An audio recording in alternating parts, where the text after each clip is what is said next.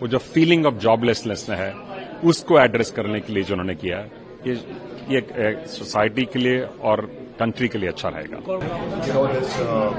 Ease of doing business, a lot of areas are getting simplified, certain areas. तो हमने देखा है कि एम्प्लॉयमेंट के ऊपर एम्प्लॉयर्स के लिए और एम्प्लॉयज़ के लिए काफ़ी अच्छी बात की गई है।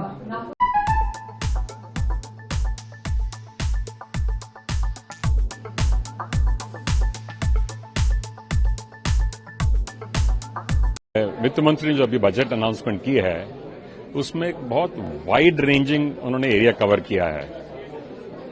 यूथ से लेकर के, गर्ल्स से लेकर के, विमेन से लेकर के, स्टार्टअप्स तक भी, एग्रीकल्चर, मतलब कोई ऐसा एरिया लगता नहीं जो उन्होंने छोड़ दिया।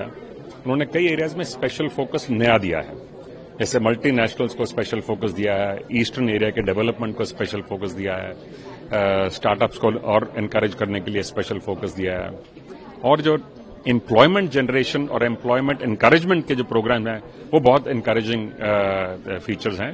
वो जरूरी भी थे इस समय, क्योंकि जो सबसे बड़ी हमारी जो दिक्कत इस समय लगती है वो जो फीलिंग ऑफ जॉबलेसनेस है उसको एड्रेस करने के लिए जो उन्होंने किया ये सोसाइटी के लिए और कंट्री के लिए अच्छा रहेगा। कॉर्पोरेट टैक्स मुझे पर्सनल इनकम टैक्स पे जो उन्होंने कॉर्पोरेट टैक्स में उन्होंने कोई खास फर्क नहीं किया, वो मल्टीनेशनल के ऊपर किया है जो मेनली है। जो पर्सनल इनकम टैक्स है वो अच्छा है, लोअर इनकम के उन्होंने टैक्स कम कर दिया है। सो ओवरऑल उन्होंने अपनी तरफ से 17,000 करोड़ का बेनिफिट दिया है थ्रू टैक्सेस। सो एनकरेजिंग ओवरऑल सिस्टम। और जो उन्होंने नॉन फाइनेंशियल एसेट्स पे टैक्स किया कम, और शॉर्ट टर्म कैपिटल गेन जो किया है 20 से 12%, very well. Is focused on continued trust on public capex, focused on very important areas like agriculture, MSME, skilling, employment. A lot of focus on this ease of doing business. A lot of areas are getting simplified. Certain areas, the Honourable Finance Minister has also spoken about comprehensive review of legislation to simplify it.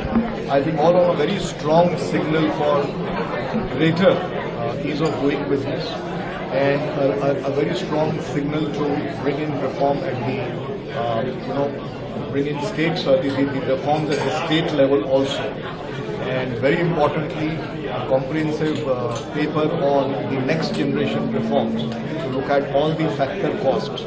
I think these are some very important, very strong statements, very strong announcements have been made, and it touches upon many of the areas that has come in the form of suggestions, members of what CIA had presented, and we are,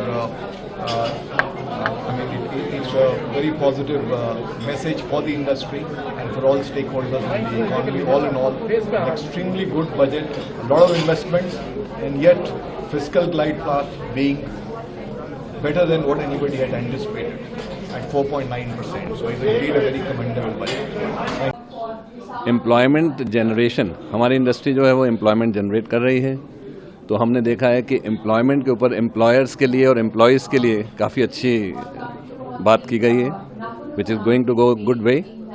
and employment skill development के ऊपर भी बात की गई है। तो skill is very important today. तो हमारी लेबर इंटेंसिव इंडस्ट्री है, उसमें ग्रोथ होगी। और एक्सपेंशन प्रोजेक्ट्स के लिए बात की गई है। Import duty which is very important for our industry, कि हम दुनिया से कहीं से भी माल खरीदें, कहीं भी माल बेचें, उसके ऊपर भी I think exemption honourable finance minister ने किया है।